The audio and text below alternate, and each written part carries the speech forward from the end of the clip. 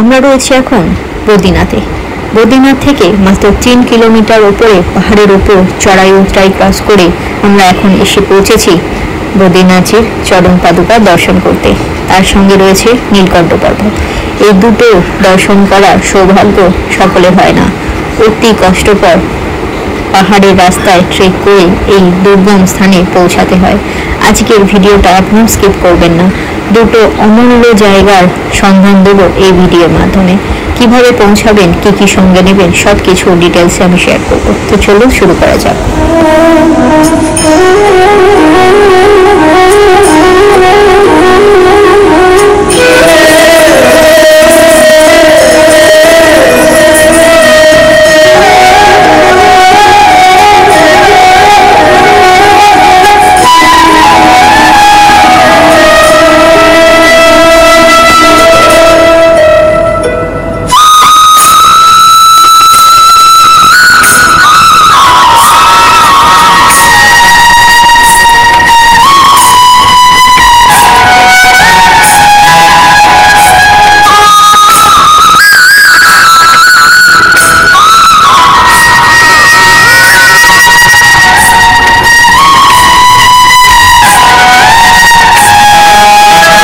নমস্কার, এখন ঘড়ির কাঁটায় সকাল 7:30। আমরা এখন উঠে পড়েছি। আজকের ভিডিওটা একদম অন্যরকম হতে চলেছে। আজকে আমরা ট্রেক করে ওপরে বদ্রীনাথ থেকে 3 কিলোমিটার ওপরে রওনা দেব নারায়ণের পদকাচন্ন দর্শন করতে। তার সঙ্গে আরও অনেক জায়গা রয়েছে যেগুলো আমি ভিডিওর মাধ্যমে আপনাদের শেয়ার করব। হোটেল থেকে আমরা বেরালাম 9:30। ভারত সেবাশ্রমের পাশ দিয়ে সোজা চলে এলে আপনারা এই অলকানন্দা নদীর ওপরে এই ব্রিজটা দেখতে পাবেন। এই ব্রিজের বাঁ দিক দিয়ে সোজা রাস্তা দেখতে পাচ্ছেন, সোজা চলে যাবেন। সামনে দেখবেন ইন্ডিয়ার ফ্ল্যাগ রয়েছে। এটা ভারত সেবাশ্রমেরই একটা আশ্রম। আমরা রাস্তায় এক সন্ন্যাসী বাবাকে পেয়ে গেলাম। তার কাছ থেকে জেনে নিলাম কিভাবে আমরা যাব আর কি কি দেখা রয়েছে। তিনি আমাদের বললেন সামনে রয়েছে বদ্রীনাথজির চরণ পাদুকা, আর তার উপরে আরেকটু ট্রেক করে উঠলেই দেখতে পাবেন নীলকণ্ঠ পর্বত। কিন্তু মেঘ, বৃষ্টি, চড়াই উতরাই প্রচণ্ড কষ্টকর কিন্তু এই ট্রেক জার্নিটা হতে চলেছে। আমাদেরকে সাবধান করলেন যে সাবধানে উঠবে। অনেকটা সকাল 9:30 আমরা শুরু করলাম যাত্রা। মন্দির পার করে সোজা আসতেই এই গ্রাম পড়লো। এটা এখানকার লোকাল গ্রাম। নিচে দেখতে পাচ্ছেন বদ্রীনাথজি যে মেন টাউন, আর মন্দির ঠিক এর পেছনে খরস্রোতা বরফ গলার জল কিন্তু ওপর থেকে নেমে আসছে। আমরা এখন ব্রিজের ঠিক ওপরে। ব্রিজটা ঝুলন্ত। যখন হাঁটছি তখন বোঝা যাচ্ছে যে সেরকম মজবুত নয়। এই ট্রেক এখনই সাড়া দিচ্ছে যে সত্যি সত্যি রোমাঞ্চ রয়েছে প্রতিটা পদক্ষেপে।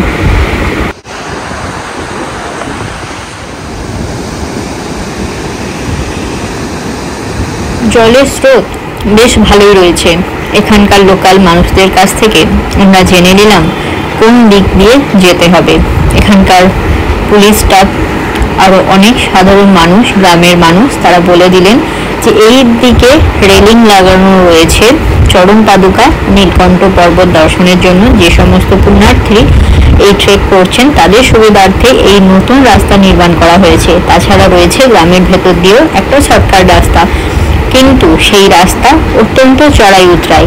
তো আপনাদের পক্ষে এটাই ভালো হবে যে যে ঝর্ণার জল বয়ে আসছে এর পাশ দিয়ে যে সোজা রেলিং বরাবর আপনারা যদি চলে যান, এটা একদম চরণ পাদুকার সামনে যে শেষ হচ্ছে। তো সেই রাস্তা ধরেই আমরা চলে গেছি। নিচে খরস্রোতা বরফ গলা জল, সামনে রয়েছে সুন্দর ঝর্ণা, যেটা আরো সামনে থেকে অদ্ভুত সৌন্দর্য নিয়ে অপেক্ষা করছে আমাদের জন্য। অনেকটা হাঁটার পর আমরা এই জায়গায় পৌঁছালাম। চোখে দেখে অবিশ্বাস্য, এত সুন্দর পরিবেশ। সত্যি এটা দেবভূমি। এই রকম জায়গাতেই কিন্তু নারায়ণ বসবাস করেন।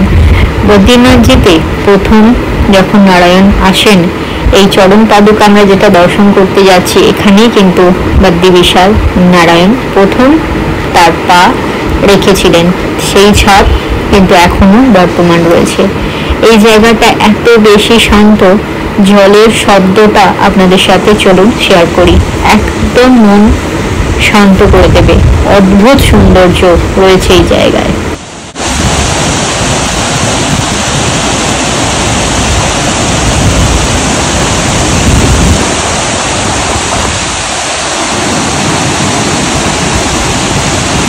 বরফগলা দুধের মতো সাদা জল অত্যন্ত খরস্রোতা ভাবে বয়ে আসছে পাহাড়ের ওপর থেকে।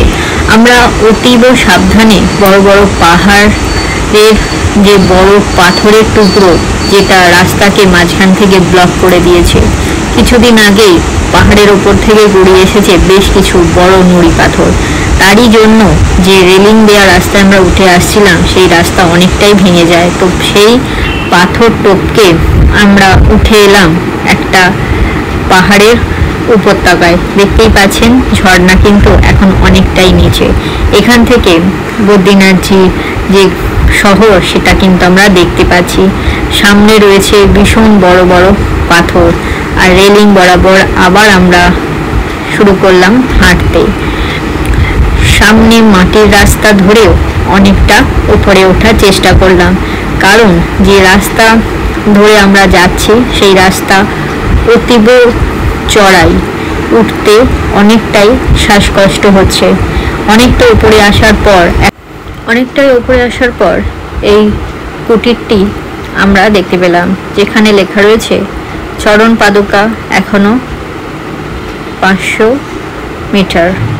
এখানেই রয়েছে গুপ্তগঙ্গা, পাশে লেখা রয়েছে। এখন সময় না থাকার কারণে আমরা আর প্রবেশ করলাম না। সময়ের হিসেব মতো যদি আমরা পৌঁছে যাই, ফেরার সময় অবশ্যই এই সন্ন্যাসী বাবার কাছে আমরা দাঁড়াবো আর নিচে গুপ্তগঙ্গার দর্শনও করব। এখানে ভৈরব বাবার ছোট্ট একটা মন্দির আছে ভেতরে।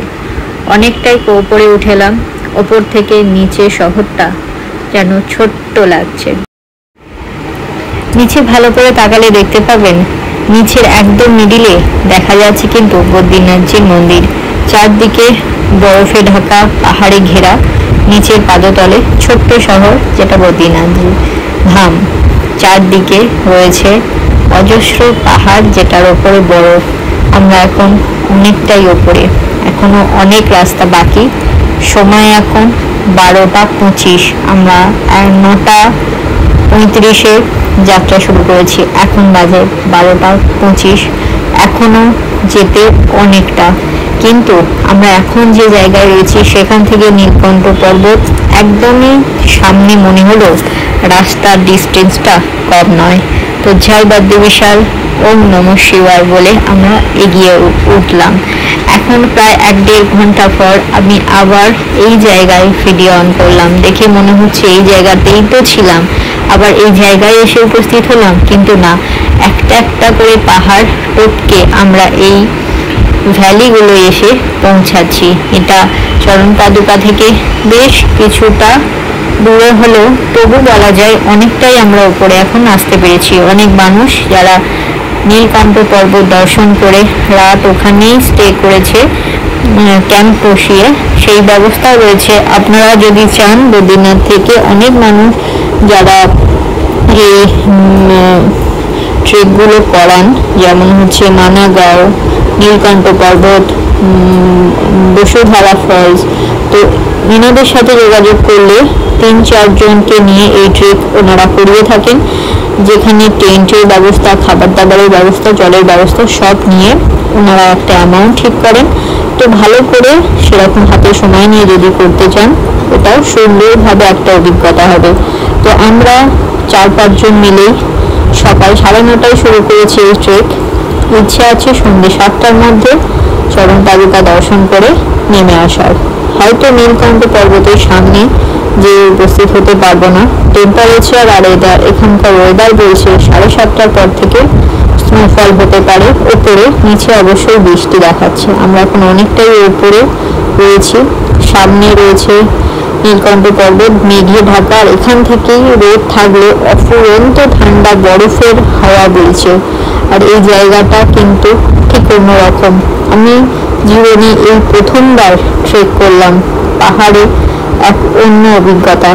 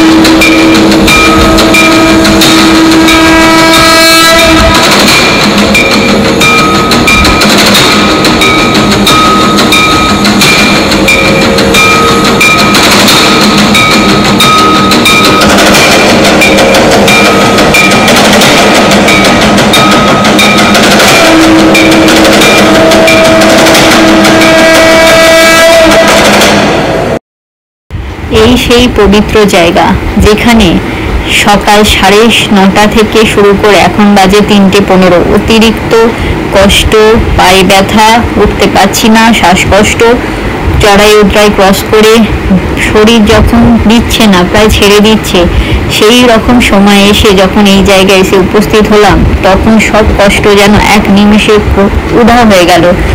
ভগবানের এই স্থান, হয়তো স্বর্গ থেকে যে হাওয়া আসে, সেই হাওয়া আমরা অক্সিজেন হিসেবে গ্রহণ করে ভেতর থেকে একটা আলাদা রকম এনার্জি অনুভব করলাম। চারদিকে তাকিয়ে দেখলাম বরফের চারদিকে স্তূপ, সামনে রয়েছে নীলকণ্ঠ পর্বত, অবিশ্বাস্যভাবে মেঘ ধরে গেছে, চারদিকের আবহাওয়া অতিরিক্ত ঠান্ডা, কনকনে হিমবাহর মতো হাওয়া বইছে, আর সামনে রয়েছে নারায়ণের চরণ পাদুকা।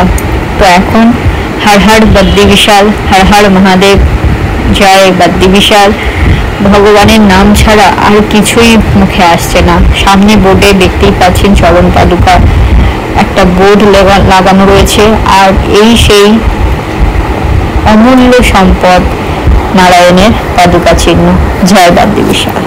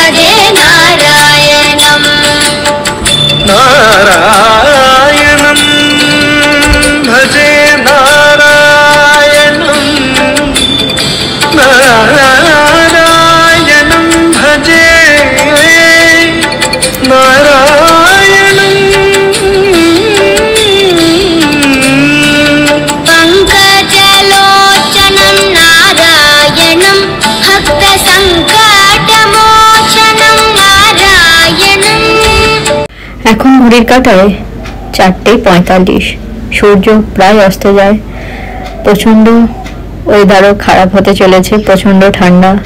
সেই কারণে আমরা এইখানে একটা ছোট্ট ক্যাম্প মতো পেলাম, যেখানে আগুন জ্বালিয়ে কিছুটা সময় হাত পা সেঁকে নিলাম, কারণ গ্লাভস সবকিছু, অল্প বৃষ্টি হয়েছে, ভিজে গেছে।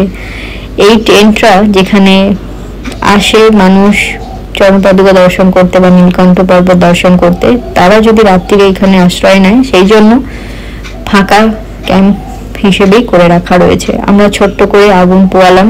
অনেক মানুষ এখনো নীলকণ্ঠ পর্বত দর্শন করতে যাচ্ছে, তাদের হয়তো ক্যাম্পের ব্যবস্থা আছে। এই দাদা আমাদেরকে অনেক সাহায্য করলেন। তো তারপর আগুন পুয়ে নিচে নিয়ে গেলাম সেই গুপ্তগঙ্গা, যে জায়গা আমরা দর্শন করব বলে আগে এগিয়ে গেছিলাম, সেখানে এলাম। এখানে রয়েছে গুপ্তগঙ্গা, একদম নিচে সিঁড়ি দিয়ে নিচে নেমে এসে ছোট্ট একটা গুহা, চলুন নিচে যাওয়া যাক। নিচে এসে দেখলাম এখানে রয়েছে ছোট্ট একটা শিবলিঙ্গ, ছোট্ট প্রদীপ জ্বলছে, আর নিচে তীর দিয়ে দেখানো রয়েছে সেই গুপ্তগঙ্গা। এত পাহাড়ের উপরে কি করে যে গঙ্গার এখানে উৎপত্তি হয়েছে আমার জানা নেই। এখানে ছোট্ট একটা ঘটি আছে যার মধ্যে দিয়ে জল তুলে ভগবানকে অর্পণ করলাম। এই জায়গাটা অসম্ভব ঠান্ডা আর জলটাও রয়েছে প্রচণ্ড ঠান্ডা।